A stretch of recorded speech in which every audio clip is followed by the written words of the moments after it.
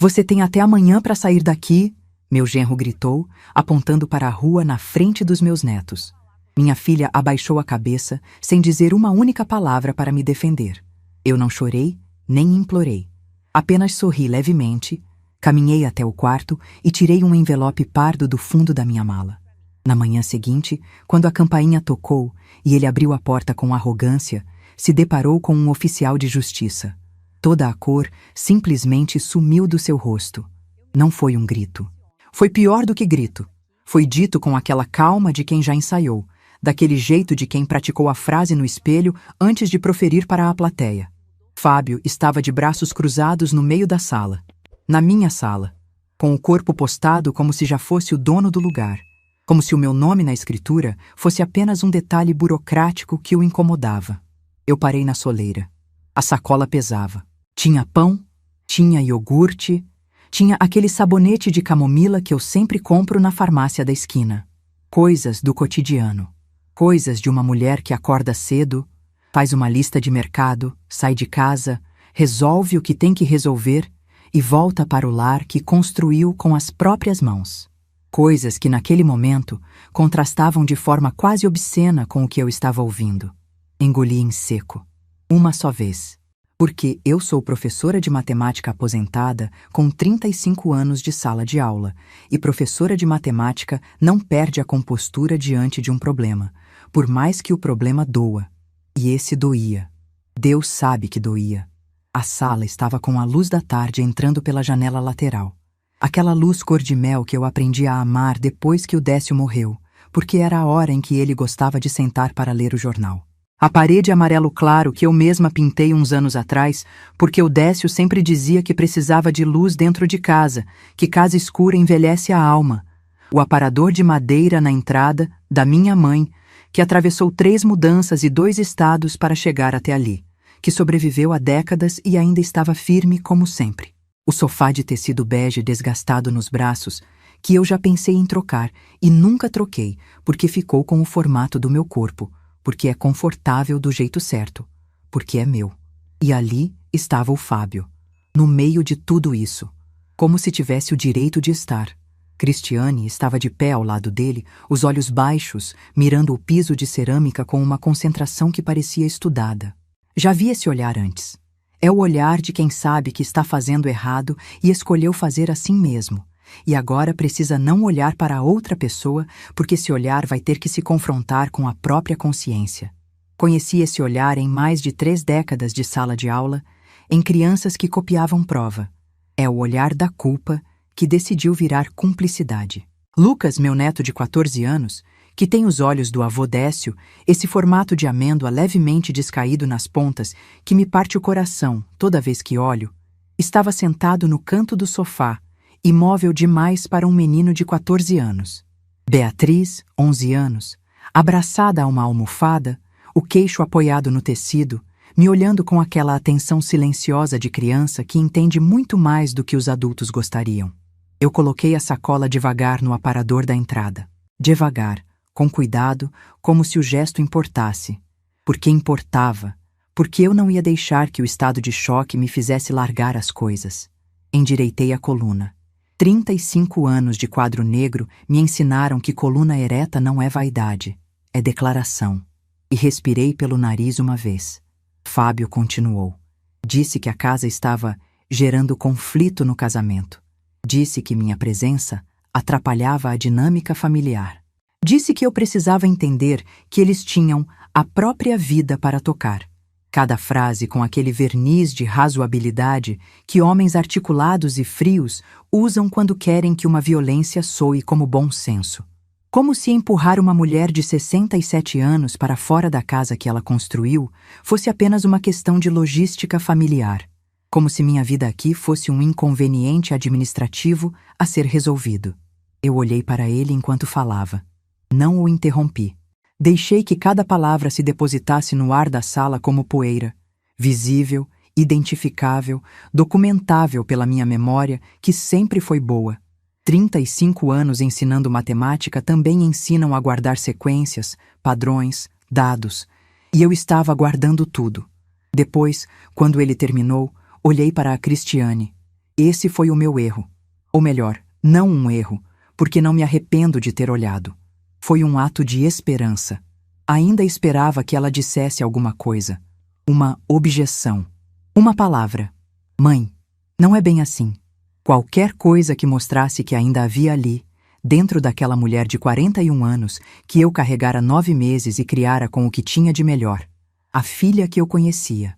Ela ergueu os olhos por um momento e disse, com aquela voz que eu reconhecia desde a infância dela, aquela voz de quando queria evitar conflito a qualquer custo, suave como quem dobra papel para não arranhar, disse, Mãe, a gente precisa de espaço para o casamento respirar.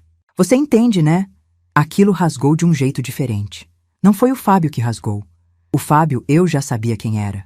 Um homem que sorria com a boca enquanto os olhos calculavam, que durante 15 anos sentou à minha mesa, comeu minha comida, aceitou minha ajuda em momentos difíceis e guardou cada informação que eu lhe dei como quem guarda munição para usar quando precisar.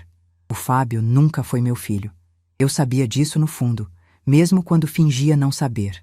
Mas aquelas palavras vieram da Cristiane, com a voz dela, com a entonação mansa que ela sempre usou para amenizar o que sabia que magoava. E eram as palavras dele. Eu reconhecia a estrutura, o vocabulário clínico, espaço para o casamento respirar. Isso não é fala de filha para mãe. Isso é pauta de sessão de terapia de casal, sendo usada como projétil. Mas saíam pela boca dela. Ela havia engolido o roteiro dele e o reproduzia como se fosse seu. Essa foi a dor maior. Esse é o tipo de dor que não tem nome direto na língua portuguesa, mas que as mulheres da minha geração conhecem bem. A dor de ver uma pessoa que você amou tornar-se irreconhecível, de perceber que o processo foi lento o suficiente para que você não notasse em tempo de impedir, e de entender que talvez não houvesse nada que você pudesse ter feito diferente. Olhei para o Lucas. Ele me olhava com aqueles olhos do avô, uma mistura de tristeza e de vergonha alheia que era, por si só, uma acusação silenciosa endereçada aos pais. Beatriz continuava abraçada à almofada. Não disse nada. Às vezes, o silêncio de uma criança de 11 anos é a coisa mais eloquente numa sala. E foi aí que percebi que precisava sair do estado de vítima imediata e entrar em outro estado. Não o estado de batalha. Ainda era cedo demais para a batalha.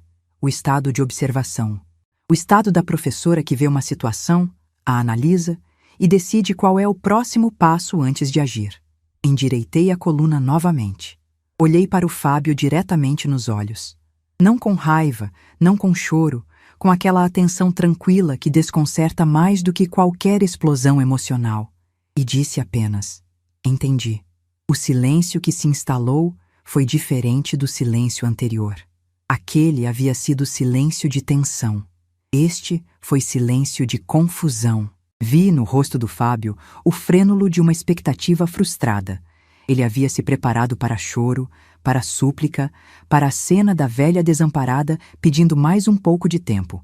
Por favor, só mais um pouco. Ele tinha um roteiro. Minha resposta não estava no roteiro. Entendi, repeti, com exatamente o mesmo tom, e fui para o meu quarto. Andei pelo corredor de madeira que eu conheço cada tábua. Sei qual range ao pisar do lado esquerdo, sei qual tem uma mancha de umidade que o Décio nunca conseguiu eliminar completamente. Sei o som que a porta do quarto faz ao ser empurrada. Entrei, fechei sem bater. Sentei na beira da cama. A cama onde o Décio dormiu por mais de 30 anos. Onde ele roncava levinho nas madrugadas de inverno. Onde eu passei noites em claro corrigindo provas enquanto ele dormia. Onde eu chorei quando ele morreu, num pranto que durou semanas, que eu achei que nunca ia ter fim. Olhei para a fotografia na mesinha de cabeceira. Nós dois no aniversário de 25 anos de casamento. Ele com aquele sorriso de olhos franzidos que era genuíno como poucas coisas que já vi na vida. Eu com o meu vestido bege, o cabelo ainda mais escuro do que é agora, uma expressão de quem estava exatamente onde queria estar. Décio, pensei. Você sempre me dizia que eu era a coluna.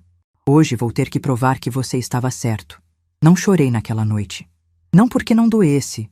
Doía com aquela dor específica, de textura singular, que só acontece quando a humilhação acontece dentro do próprio lar, quando o chão que você pisa é o mesmo chão que você comprou, construiu, manteve. E alguém usa esse chão para te diminuir. Doía com a dor de décadas de sacrifício invisível sendo tratadas como não existentes. Doía com a dor da Cristiane, aquela frase curta, dita com tanta normalidade, como se pedir para a mãe sair de casa fosse equivalente a mudar a disposição dos móveis. Mas não chorei, porque eu sou filha de professora primária e neta de lavadeira. As mulheres da minha linhagem não desmoronam na primeira noite. Elas ficam quietas, respiram fundo e começam a calcular. E foi exatamente isso que fiz. Abri a gaveta da cômoda, a velha cômoda de Nogueira que veio do enxoval da minha mãe, e peguei a minha mala de documentos. Não a mala bonita que fica no armário. A mala velha, de couro marrom desgastado nas alças, onde eu guardo o que importa de verdade. Certidões, escrituras, comprovantes, os papéis que Décio sempre insistia em guardar com cuidado, porque dizia que papel guardado é problema evitado. Abri a mala devagar. O cheiro de papel antigo, aquele cheiro específico de cartório e de tempo, subiu até minha respiração como uma promessa. E ali, no fundo da mala, embaixo da cópia do inventário do Décio e da certidão de óbito dele, estava uma pasta de plástico bege. Dentro dela, dobrado em 3 partes, estava um documento que eu havia recebido 3 meses antes das mãos do Fábio. Ele havia me pedido para assinar. Um documento de organização patrimonial, chamou, para facilitar o inventário futuro e evitar dor de cabeça para a Cristiane. Disse que era coisa simples, dona Marlene, não precisa de advogado não. E eu disse que ia ler com calma. Ele ficou impaciente, tentou apressar, disse que era urgente, que os prazos eram importantes, que depois ficava mais complicado. Toda aquela pressa que homens como ele demonstram quando estão tentando que você não pense demais. Eu não assinei. Guardei o documento na pasta e não falei mais no assunto. Mas agora, segurando aquele papel na mala de documentos, com a casa quieta ao meu redor e a fotografia do Décio na mesinha de cabeceira me olhando, comecei a ler o documento com toda a atenção que não havia dado 3 meses antes. E enquanto lia, linha por linha, com aquela mesma atenção com que eu corrigia provas de aluno, alguma coisa foi se iluminando dentro de mim. Não era clareza imediata, era o início de uma clareza. O tipo de clareza que começa no estômago antes de chegar à cabeça. Dobrei o documento de volta. Guardei na pasta. Coloquei a pasta de volta na mala. Fechei a mala. Me levantei da beira da cama, fui até o armário e comecei a separar o que ia levar comigo naquela noite. Não muito. Uma muda de roupa. Os documentos. A fotografia do Décio. Não ia deixar aquela fotografia para trás de jeito nenhum. O meu casaco bege que o Décio sempre dizia que me deixava elegante. Não ia sair derrotada. Ia sair estrategicamente. E havia uma diferença enorme entre as duas coisas. Quando passei pela sala de volta, a mala na mão, o casaco no braço, Fábio estava sentado no sofá com o celular na mão. Cristiane estava na cozinha. Eu ouvia o som de água correndo. Os netos tinham ido para o quarto. Ele ergueu os olhos quando me viu com a mala. E vi ali uma expressão que eu nunca vou esquecer. Um lampejo de triunfo misturado com alívio. Era a expressão de quem acredita que ganhou. Eu o olhei por um segundo. Não disse nada. Abri a porta da frente. Saí. Fechei a porta com cuidado, sem bater, com a mesma calma com que tinha entrado naquela casa todos os dias dos últimos 30 anos. E enquanto andava pelo passeio na direção da casa da Tânia, com a mala na mão e o coração pesado, mas a coluna ereta, uma única frase girava dentro de mim com aquela precisão matemática que é a minha língua nativa. Ele não sabe o que está na minha mala. Ele não sabe o que eu já li. E ele vai descobrir as duas coisas, mas na hora que eu escolher. Gente, antes de continuar, preciso perguntar para vocês. O que vocês teriam feito no meu lugar? Teriam ficado? Teriam reagido na hora? Me conta nos comentários, porque a resposta de vocês me interessa de verdade. Agora vou continuar, porque o que vem a seguir muda tudo. A casa da Tânia cheira a lavanda e café coado na hora. Ela mora a 6 quarteirões da minha casa. 6 quarteirões que eu andei sozinha naquela noite, com a mala de documentos na mão e o coração fazendo aquele trabalho silencioso que o coração faz quando precisa continuar funcionando mesmo enquanto dói. O céu estava daquela cor roxa escura de inverno no interior, sem nuvens, com estrelas que a cidade grande não deixa mais ver direito. Eu ouvia o meu próprio passo no asfalto. Cada passo firme, cada passo deliberado. Quando toquei a campainha, a Tânia abriu a porta em menos de 30 segundos. Ela estava de hobby, os cabelos grisalhos soltos nos ombros, os óculos ainda no rosto de quem havia estado lendo. Me olhou, não para a mala, não para o casaco, não para a hora. Me olhou nos olhos. E sem dizer uma palavra, abriu a porta mais e fez um gesto com a cabeça. Entra. Essa é a coisa dos amigos de verdade. Eles não precisam que você explique. Eles não fazem cara de espanto. Não dizem, meu Deus, o que aconteceu, como se precisassem da história completa antes de abrir a porta. A Tânia me abriu a porta porque era eu, e era noite, e eu estava com uma mala na mão. E isso era informação suficiente. Entrei, coloquei a mala no corredor, sentei na cadeira da cozinha, aquela cadeira de madeira com o assento de palha que está na casa dela desde que os filhos eram pequenos e que range de um jeito específico que eu já conheço bem. A Tânia foi para o fogão sem perguntar nada. Ouvi o barulho da chaleira. Ouvi o som do armário sendo aberto, das xícaras, da lata de café. Depois, o silvo da água fervendo. Ela colocou uma xícara à minha frente e sentou do outro lado da mesa.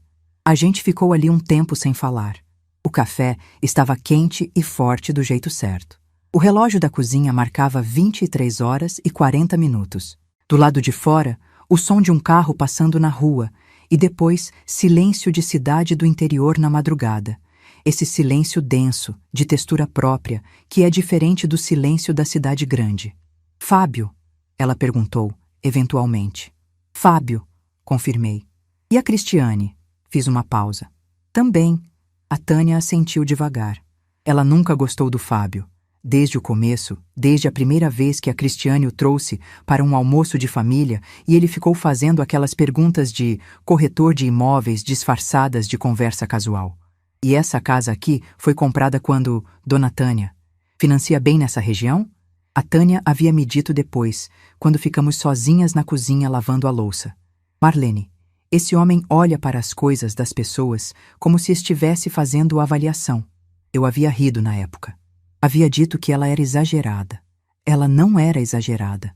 Ficamos acordadas até tarde naquela noite. A Tânia me deixou falar o que quisesse falar e ficar em silêncio quando quis silêncio. Não tentou consertar nada. Não deu conselho. Não disse eu já sabia, eu te avisei. Apenas esteve presente. E às vezes presença é o único remédio que existe para certas dores.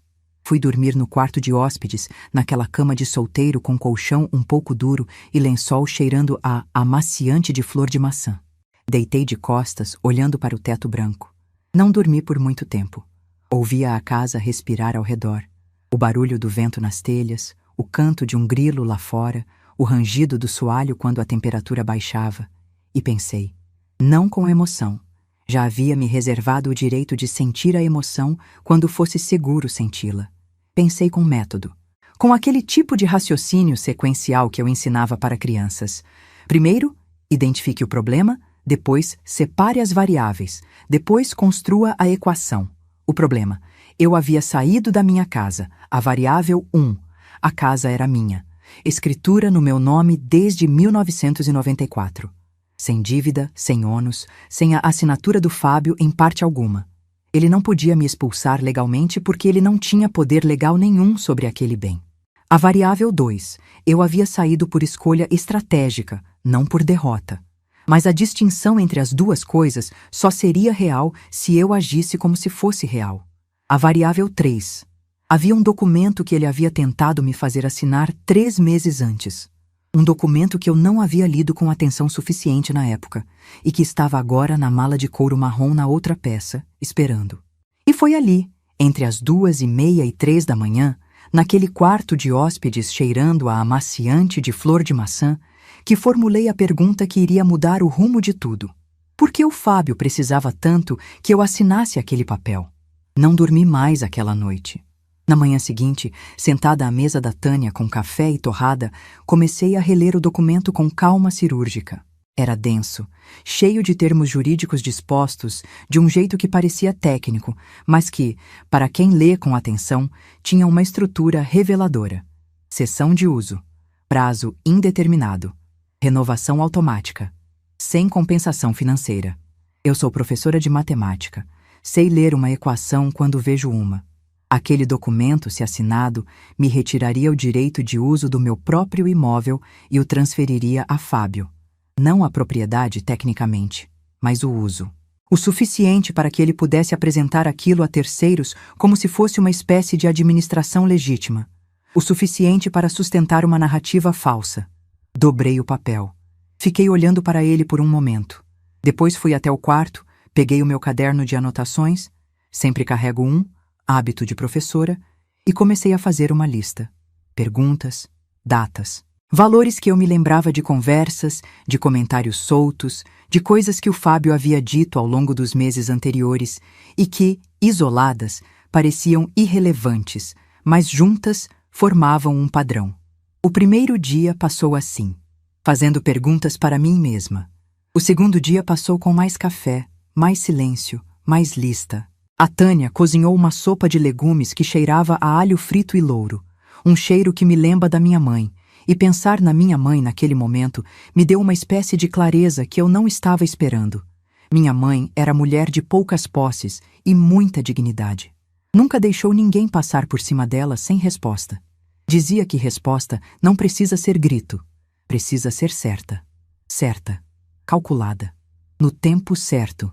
O terceiro dia foi quando o choro veio de verdade. Não foi uma coisa planejada. Foi à tarde, quando a Tânia havia saído para resolver umas coisas, e eu estava sozinha na sala, e olhei para o meu celular e vi uma foto antiga na memória. Uma daquelas que o aplicativo resgata e te mostra sem avisar. Era uma foto de alguns anos atrás. Eu e a Cristiane na cozinha da minha casa. Ela de avental, porque havia me ajudado a fazer bolo de laranja para o aniversário do Lucas. Nós duas rindo de alguma coisa que não me lembro mais o quê. Mas rindo daquele jeito fácil, despreocupado, de mãe e filha que estão bem. Fiquei olhando para aquela foto durante um tempo longo. E aí o choro veio. Não o choro de raiva, o choro de luto. Porque havia, em algum lugar entre o Fábio e o tempo e as escolhas que a Cristiane foi fazendo aos poucos, uma perda que eu precisava nomear antes de seguir em frente. Eu havia perdido a filha que conhecia. Não de morte. Pior do que de morte, porque estava ali, vivia, respirava, tomava decisões, apenas havia se tornado outra pessoa. E eu precisava chorar por quem ela havia sido antes de poder lidar com quem ela havia se tornado. Chorei por um bom tempo, sozinha na sala da Tânia, com o sol de tarde entrando pela janela, com o cheiro de lavanda do tapete. E depois parei. Lavei o rosto. Me olhei no espelho do banheiro, o espelho pequeno, redondo, com moldura de madeira. E me olhei de verdade. Os cabelos grisalhos que eu há muito decidi não mais tingir porque grisalho é earned, é conquistado, é a cor do tempo que se viveu de verdade. As rugas nos cantos dos olhos que a Cristiane, quando pequena, chamava de marcas de sorriso da mamãe. As mãos que eu olhei por um tempo, mãos de professora, de mãe, de mulher que trabalhou, que cuidou, que construiu. Mãos calejadas, mãos que já seguraram muita coisa difícil. Disse para o espelho, em voz baixa, mas em voz: você construiu essa casa tijolo por tijolo. Você não vai deixar ninguém roubar isso de você. Não foi um discurso. Foi uma equação. Uma afirmação de variável constante. E foi naquele momento que a tristeza começou, lentamente, como a maré virando, a dar lugar a outra coisa. A Tânia voltou um pouco depois. Me viu diferente. Não perguntou nada, mas me viu diferente, porque a Tânia me conhece há décadas. Me olhou com aqueles olhos de cunhada que nunca precisou de explicação para entender. E disse apenas: café? Café, confirmei.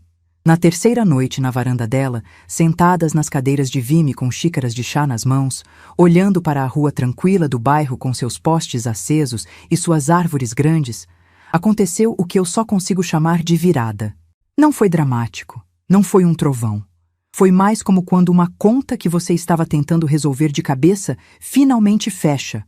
Aquela sensação de, claro, era isso. Um interruptor girado com cuidado, não com violência. De repente, o choro secou por completo. E no lugar dele veio uma clareza fria, quase matemática.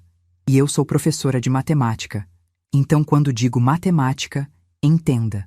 A clareza de quem enxerga um problema e começa, com precisão, a calcular a solução.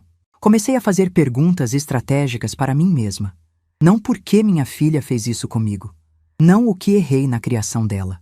Essas eram perguntas emocionais, e as perguntas emocionais têm o seu tempo, mas aquele não era o tempo delas. O que exatamente o Fábio quer dessa casa? Por que agora, depois de 15 anos de casamento? O que mudou nos últimos meses? E outra pergunta, a mais importante. Se ele tentou me fazer assinar um documento que me retirava o direito de uso do imóvel, e eu não assinei, o que ele fez depois? Foram essas perguntas que me levaram ao passo seguinte. Porque professora de matemática sabe que quando você tem a equação certa, a resposta aparece. Você não precisa adivinhar, precisa calcular. Nos dias que se seguiram, fui me reconstruindo de dentro para fora. Acordava cedo, não havia perdido isso, nunca perdi o hábito de acordar com o sol. Tomava o café da manhã com a Tânia, caminhava pelo bairro, fui ao salão numa manhã e cortei o cabelo. Não dramaticamente, não num gesto de transformação performática, apenas cortei porque estava precisando e porque cuidar de si mesma é um ato político quando o mundo está tentando te convencer de que você não importa. Comprei uma blusa nova numa lojinha perto da casa da Tânia. Uma blusa de malha vinho que eu havia visto na vitrine dias antes e que não tinha comprado porque estava com a cabeça em outro lugar. Voltei e comprei. Pequenas coisas, mas cada pequena coisa era uma declaração. Eu ainda estou aqui. Eu ainda existo. Eu ainda tenho gosto, tenho preferência, tenho vontade. Comecei a sorrir de novo. Não o sorriso forçado de quem está performando recuperação, mas o sorriso genuíno que aparece quando você percebe que está tomando café bom numa manhã ensolarada e que isso, por si só, é uma coisa boa. Que você é capaz de apreciar isso. Que ninguém tirou isso de você. A Tânia me olhava nesses momentos com uma expressão que eu conhecia bem. Orgulho. Orgulho silencioso de quem sabe o que a outra pessoa está atravessando e reconhece a bravura no detalhe. Você está ficando bem, ela disse uma noite. Estou ficando eu mesma, corrigi. Ela sorriu. E foi exatamente nessa semana, quando a minha paz nova estava começando a ganhar raiz, quando eu havia dormido bem por 3 noites seguidas e acordado disposta, quando havia feito planos concretos para ligar ao Dr. Renato e começar a mover as peças, que a dona Nair ligou. Era tarde de sábado. Eu estava na varanda da Tânia, ajudando a regar as plantas quando o celular tocou. Olhei o número. Dona Nair. Atendi. Marlene. A voz dela veio com aquela tensão contida de quem está segurando uma bomba nas mãos. Tem uma coisa que você precisa saber, mas precisa estar sentada. Fui para a cadeira mais próxima. Pode falar, Nair. O que ela me disse naquela tarde de sábado não foi apenas uma informação. Foi a peça que faltava na equação. A variável que muda o resultado inteiro. Fábio havia usado a minha casa, registrada em cartório, no meu nome, sem ônus e sem dívida, desde 1994, como garantia num acordo informal com um homem chamado Gilberto, um investidor conhecido do meio imobiliário que fazia esse tipo de negócio no tato, na palavra e no aperto de mão, sem verificar papéis. Havia apresentado a Gilberto a planta da casa, o endereço e uma declaração afirmando ser o administrador legal do bem.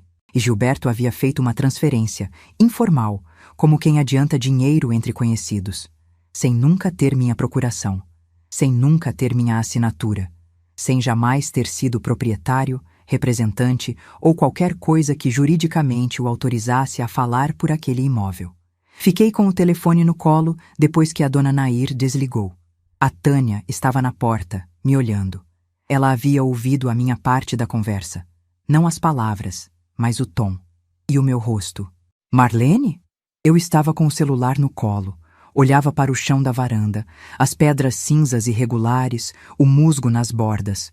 Respirei fundo. 1 vez, 2. Erguei os olhos para a Tânia. Tânia, você tem o número do Dr. Renato em algum lugar? Porque eu preciso ligar para ele agora. A tristeza havia acabado. A dor havia cumprido o seu papel. O que havia em seu lugar era outra coisa. Era aquela determinação geométrica, a precisão de quem sabe exatamente o que precisa ser feito, na sequência certa, sem desperdício de energia. A precisão de quem olha para um problema complicado e enxerga com clareza quase assustadora o caminho até a solução. O Fábio havia subestimado muita coisa.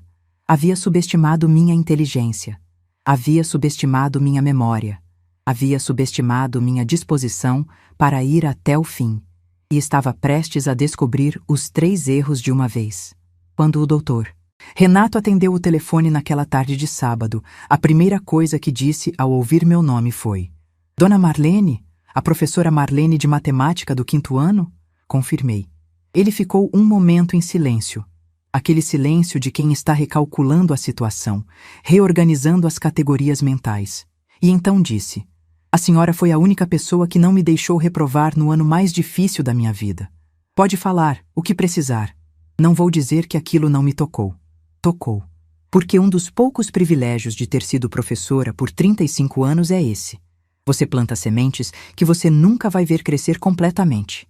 E às vezes, uma dessas sementes liga para você num sábado à tarde, quando você mais precisa, já crescida, já formada, já capaz de ajudar. Contei tudo, desde o começo. O documento que Fábio havia tentado me fazer assinar 3 meses antes. O pedido para eu sair da casa, a informação que a dona Nair havia me trazido sobre o Gilberto. Enquanto falava, o doutor Renato não me interrompeu uma vez. Ouvia com atenção. E eu o escutava ouvir. Aquela qualidade de silêncio de quem está absorvendo cada palavra com propósito. Quando terminei, ele ficou alguns segundos em silêncio. Depois: Dona Marlene, eu preciso que a senhora me mande foto desse documento ainda hoje. Pode ser pelo celular mesmo. E preciso que a senhora me confirme. A escritura do imóvel está no seu nome exclusivamente? Sem coproprietários, sem usufruto, sem qualquer ônus registrado? Está no meu nome desde 1994. Escritura registrada em cartório, matrícula limpa. Eu tenho cópia aqui. Manda foto da escritura também. Fui até a mala de documentos, tirei a pasta. Tirei o documento da seção de uso que o Fábio havia me apresentado, dobrado em 3. Fotografei cada página. Depois tirei a escritura. Aquele papel amarelado pelas bordas, com o carimbo roxo do cartório de registro e as assinaturas do tabelião, o nome de Décio e o meu nome, e a data de 1994, que parecia mais real do que nunca.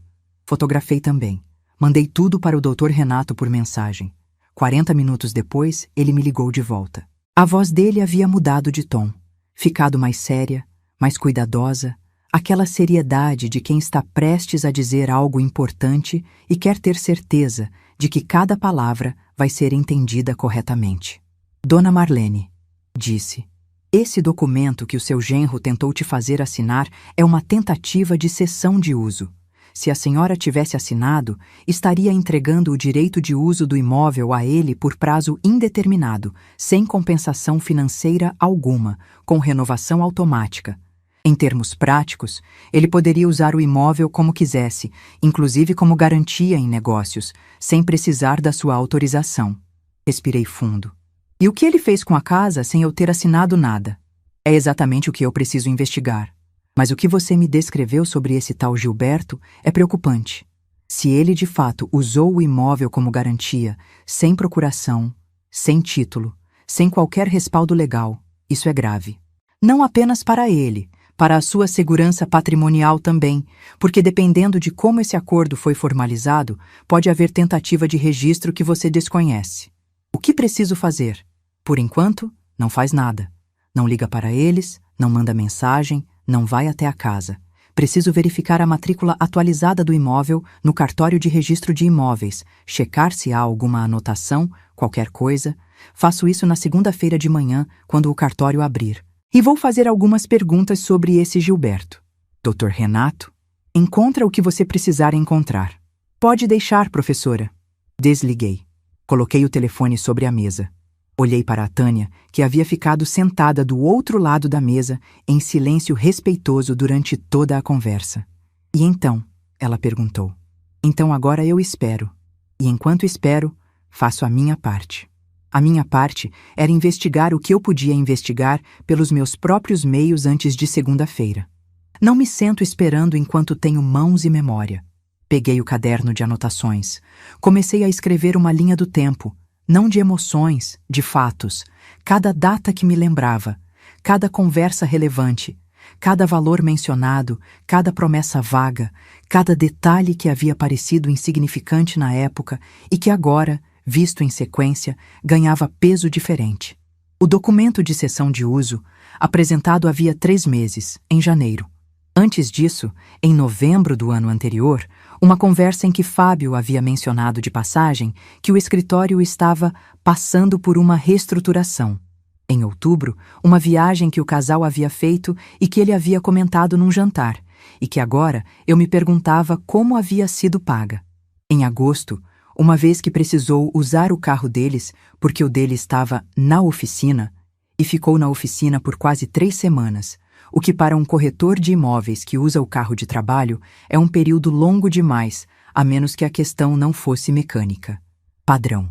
Os números estavam desenhando um padrão. Liguei para a dona Nair na noite de domingo. Pedi que ela, com toda a discrição possível, ficasse de olho na movimentação na casa. Não queria que soubessem que eu estava reunindo informações. Ela disse que sim, com um entusiasmo que me fez sorrir.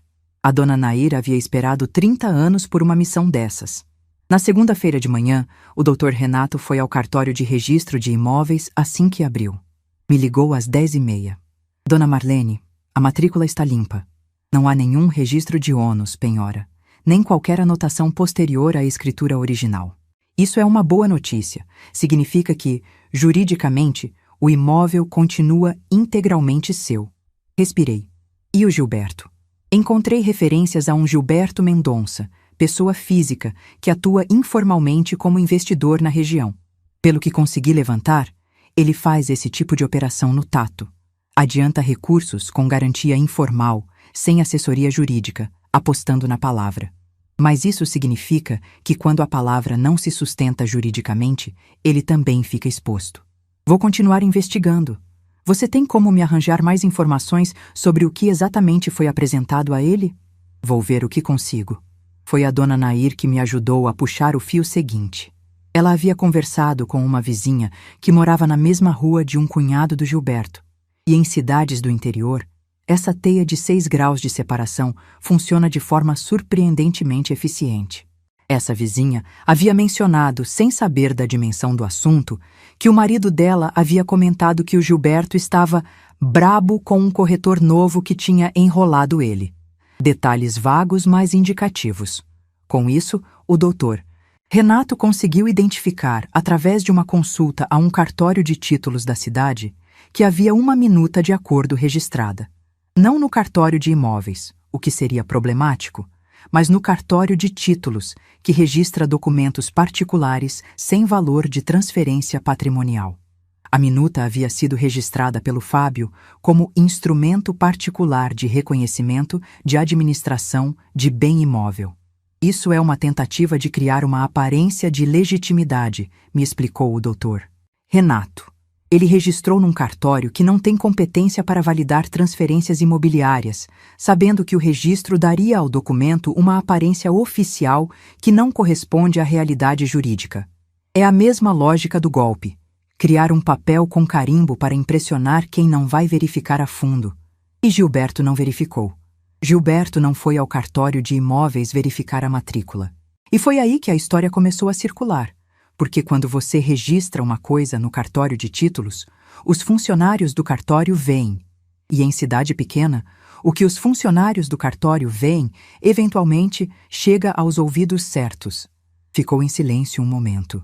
Dona Marlene, eu preciso que a senhora me dê autorização para tomar algumas providências. A primeira é notificar o Gilberto formalmente, esclarecendo que o acordo não tem amparo legal e que a proprietária do imóvel não reconhece nenhuma obrigação decorrente dele. A segunda é notificar o seu genro, informando sobre a nulidade de todos os atos praticados em relação ao imóvel. A terceira é notificar a Cristiane, como ocupante sem título do bem, sobre a situação jurídica. Autorizo tudo. E mais uma coisa. Recomendo fortemente que a senhora não comunique nenhuma dessas providências a eles antes que sejam notificados formalmente. O elemento surpresa aqui é estratégico. Sorri para o telefone. Pode deixar, Dr. Renato.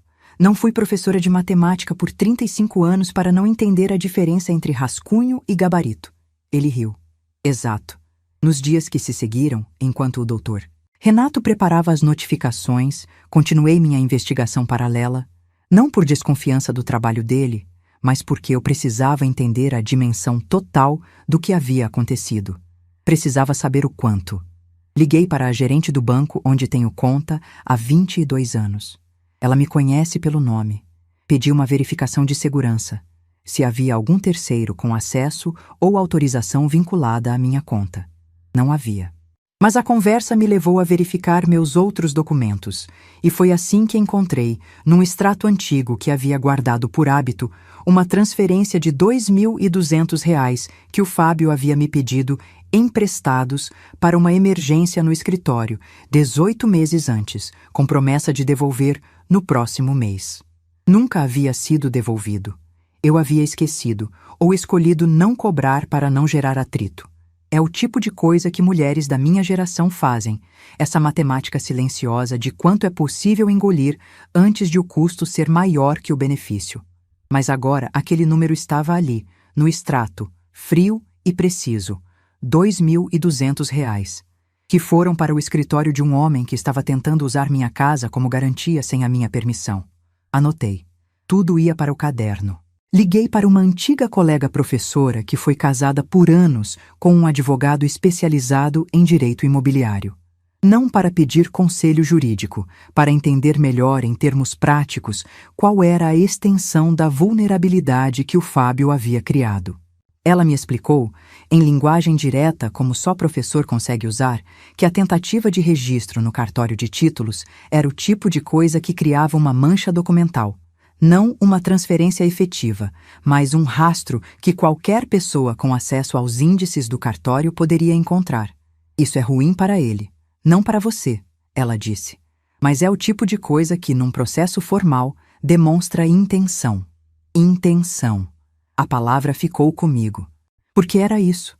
Não havia sido um impulsivo, um erro de julgamento, um momento de desespero. Havia sido uma sequência de passos deliberados. O documento de cessão de uso apresentado a mim 3 meses antes.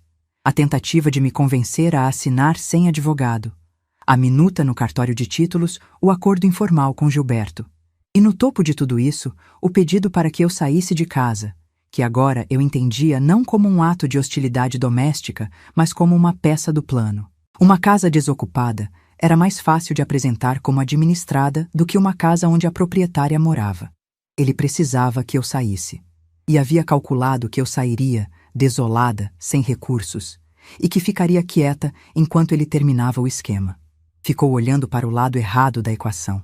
Na quinta-feira daquela semana, o Dr. Renato me ligou com a atualização. As notificações estão prontas. Vou mandar um meirinho na terça-feira de manhã. Quero que a senhora saiba exatamente o que vai acontecer. O meirinho vai bater na porta às 9 horas. Vai identificar o destinatário, vai entregar o envelope e aí começa a contar o prazo. 30 dias para a Cristiane. 30 dias para apresentar uma proposta formal de regularização do uso ou o processo de retomada tem início. E para o Fábio, notificação de nulidade de todos os atos, com cópia da escritura e da matrícula atualizada, para que fique registrado que ele foi devidamente cientificado. E para o Gilberto, carta formal sem processo, esclarecendo que o acordo é nulo de pleno direito e que a proprietária não reconhece qualquer obrigação. Isso vai chegar nele antes da notificação ao Fábio. Quero que ele já saiba da situação antes que o Fábio possa tentar fazer algum arranjo de última hora. Sequência certa. Aprendi com a senhora. A dona Nair me ligou na terça-feira, às 9h07 da manhã. Marlene, chegou um homem de pasta. Está tocando a campainha. Fiquei sentada no sofá da Tânia com o coração batendo num ritmo mais alto do que queria admitir. Não era medo. Era a adrenalina específica de quem armou uma situação e agora está vendo ela se desenvolver exatamente como planejou. E aí? Perguntei para a dona Nair. O Fábio abriu a porta de camiseta despenteado, cara de quem não tomou café. Recebeu o envelope. Ficou olhando para o homem como se não entendesse o que estava acontecendo. O homem foi embora? Foi. O Fábio ficou na soleira com o envelope na mão por uns 2 minutos. Depois entrou e fechou a porta. Desliguei. Liguei para o Dr. Renato. Ele confirmou que a entrega havia sido feita e que o protocolo estava registrado. Agora era esperar a reação. Mas eu não quis apenas esperar. Havia uma coisa que precisava ser feita. Não por estratégia jurídica, mas por exigência de caráter. Eles precisavam saber que eu sabia, que eu tinha visto tudo, que a velhinha desamparada que eles haviam imaginado nunca havia existido. Liguei para a Tânia. Pedi que me acompanhasse. Às 10 da manhã daquela terça-feira, de casaco bege e bolsa no braço, toquei a campainha da minha casa como visita. Havia uma clareza estranha naquela manhã.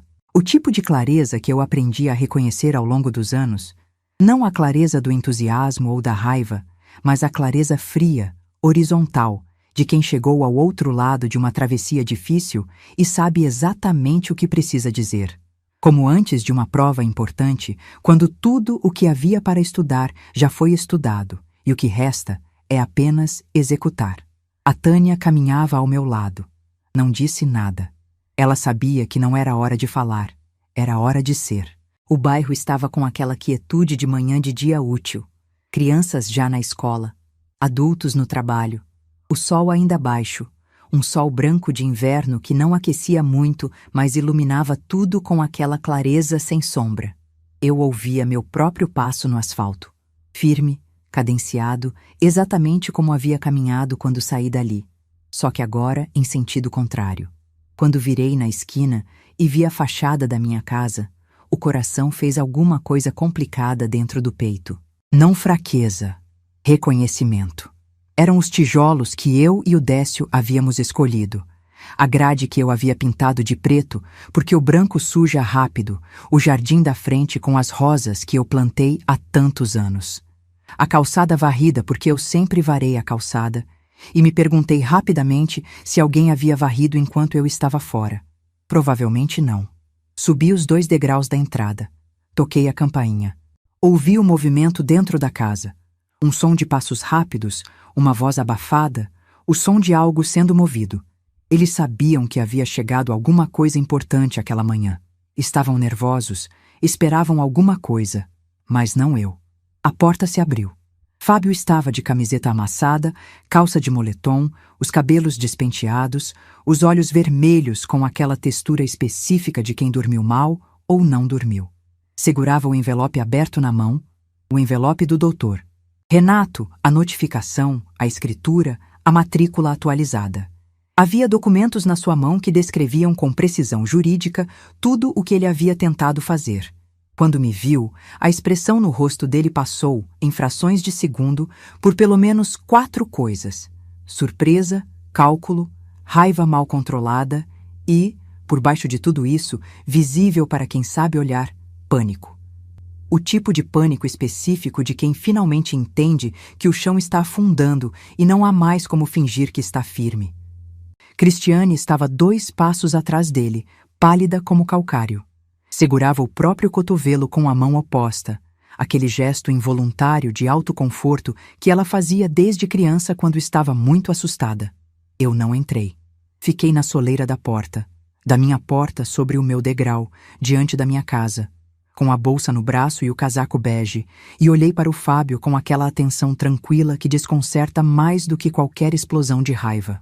E disse, com a mesma voz com que eu explicava equações para crianças de 10 anos. Fábio, você me disse que eu tinha até amanhã para sair daqui, mas preciso que você entenda uma coisa com clareza. Essa casa tem escritura no meu nome desde 1994. Você está segurando ali uma cópia. Pode verificar a data, o carimbo, o número de matrícula. Nunca houve transferência. Nunca houve procuração. Nunca houve nada que te desse qualquer direito sobre esse bem. Ele abriu a boca. Eu continuei, sem elevar a voz. O documento que você registrou no cartório de títulos, apresentando-se como administrador desse imóvel, é nulo. Não tem valor. Meu advogado já notificou o Gilberto Mendonça formalmente, esclarecendo que o acordo que você assinou com ele não tem amparo legal, porque você nunca foi dono nem procurador desse bem. O acordo não existe juridicamente. Vi a cor do rosto do Fábio mudar. Ficou mais branco, depois uma tonalidade esverdeada, o tipo de palidez que não é epidérmica, que vem de dentro. Marlene, tentou ele, a voz quebrando levemente nos cantos.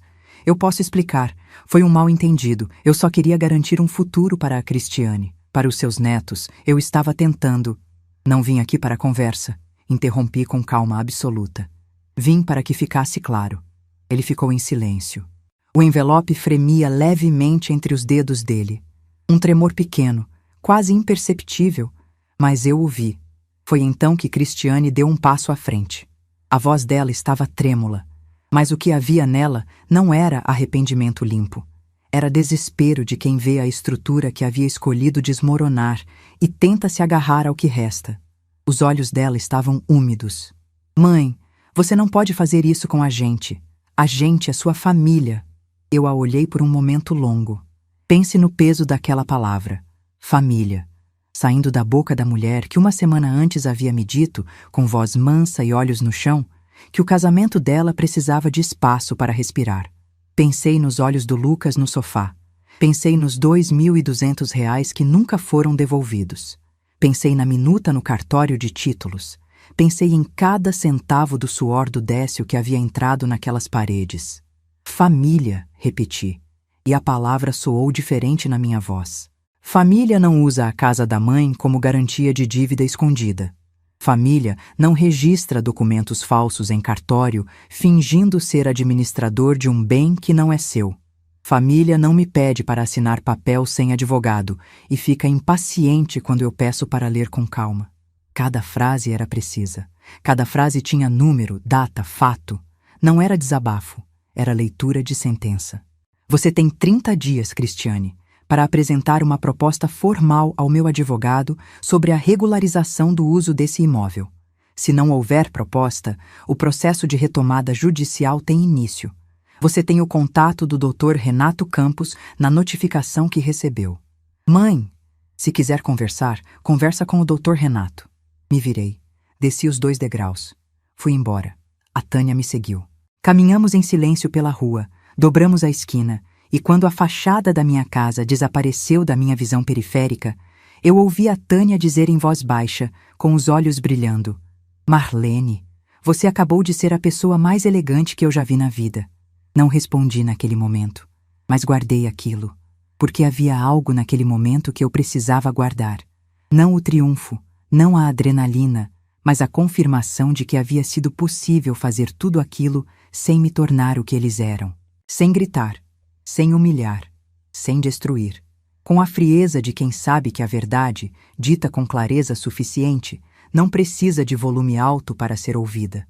Nos dias seguintes, o Dr. Renato me manteve atualizada sobre as movimentações. Gilberto, ao receber a notificação formal, havia agido exatamente como o Dr. Renato havia previsto. Sem hesitação, havia desfazido o acordo com Fábio e exigido a devolução do valor que havia transferido. O montante exato era de R$ 48.000.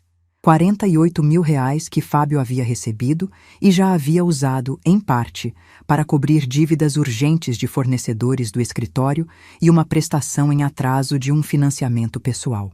O que havia sobrado não era suficiente para devolver o total, e isso havia gerado uma nova ação de cobrança que se somava às já existentes. Ele está cercado de dentro, me disse o Dr. Renato numa ligação. Cada saída que ele tenta tapa uma entrada. É o efeito cascata de um esquema que não fechava desde o princípio. Perguntei sobre o escritório de corretagem. O sócio acelerou o pedido de dissolução assim que soube dos processos. 2 meses, no máximo. O nome do Fábio está associado a cobranças que qualquer cliente em potencial encontra com uma busca simples no sistema de distribuição judicial. E então perguntei a pergunta que havia guardado para o final, aquela que doía de um jeito diferente das outras. E a Cristiane? O doutor. Renato ficou um momento em silêncio. A escola onde ela trabalha fica num bairro pequeno.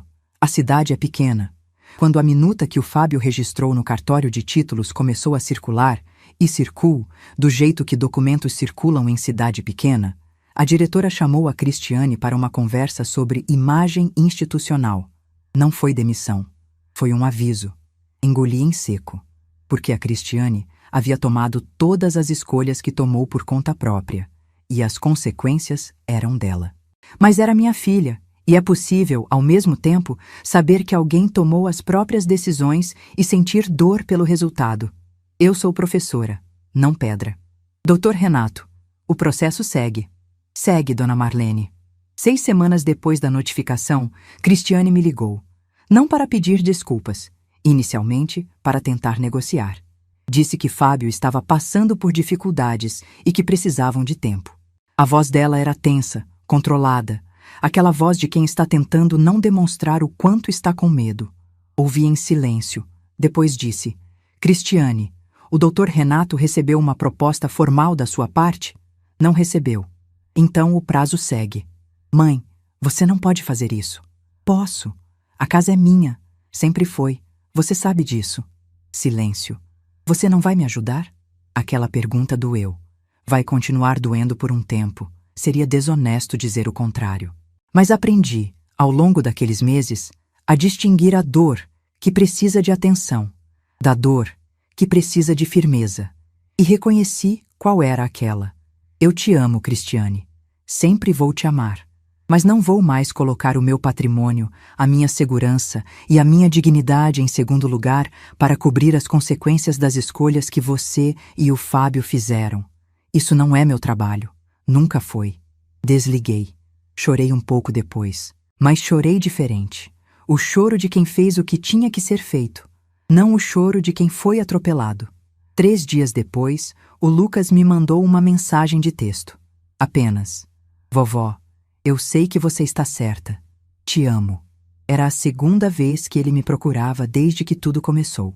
Guardei essa mensagem do mesmo jeito que guardo escritura, em lugar seguro, para sempre. O processo de retomada foi iniciado pelo Dr. Renato na semana seguinte, após o prazo expirar sem proposta.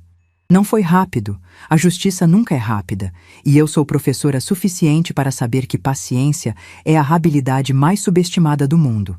Mas foi sólido. A matrícula limpa, a escritura impecável, a documentação completa. O Dr. Renato dizia que raramente tinha um processo tão bem fundamentado. Enquanto o processo corria, Fábio e Cristiane foram para a casa dos pais dela, da Cristiane, por 2 meses, e depois para um apartamento alugado do outro lado da cidade, um apartamento de 2 quartos, aluguel módico, muito diferente do padrão que eles mantinham antes. O escritório de corretagem encerrou formalmente as atividades. O nome de Fábio ficou nos sistemas de consulta judicial associado a 4 processos ativos de cobrança. E na manhã de uma quinta-feira de abril, com o processo de retomada deferido pelo juiz, voltei para a minha casa. Eu abri a porta da minha casa com a chave que nunca deixou de ser minha. O cheiro foi a primeira coisa. Toda casa tem um cheiro que é só dela. Uma composição de madeira antiga, de tempo, de vida acumulada. Aquela era a minha composição. Havia ficado guardada, um pouco abafada, mas estava lá. Entrei devagar. Passei a mão na parede do corredor, a tinta amarelo claro que o Décio amava. O aparador da minha mãe na entrada. O piso de cerâmica que eu conheço cada rachadura. Fui de cômodo em cômodo, não inspecionando, reconhecendo. Era diferente. A dona Nair apareceu em menos de 15 minutos depois que minha luz acendeu. Bateu com os nós dos dedos no portão como sempre fez.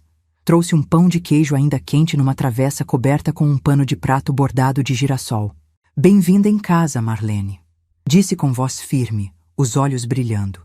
Me sentei na cozinha e comi aquele pão de queijo como se fosse a primeira refeição da minha vida. Nos dias seguintes, fui recolocando a casa nos eixos. Não havia dano físico significativo. O imóvel havia sido mantido em condições razoáveis. Mas havia aquela sensação de que o espaço precisava ser reocupado por mim, marcado de novo com a minha presença. Pintei o muro externo, porque estava precisando. Um branco limpo, fresco, que secou com aquele brilho suave de coisa nova. Plantei 3 roseiras novas no jardim da frente, de um vermelho profundo que eu havia visto numa floricultural, quando ainda estava na casa da Tânia e que havia anotado no caderno, pensando: quando voltar, planto isso aqui.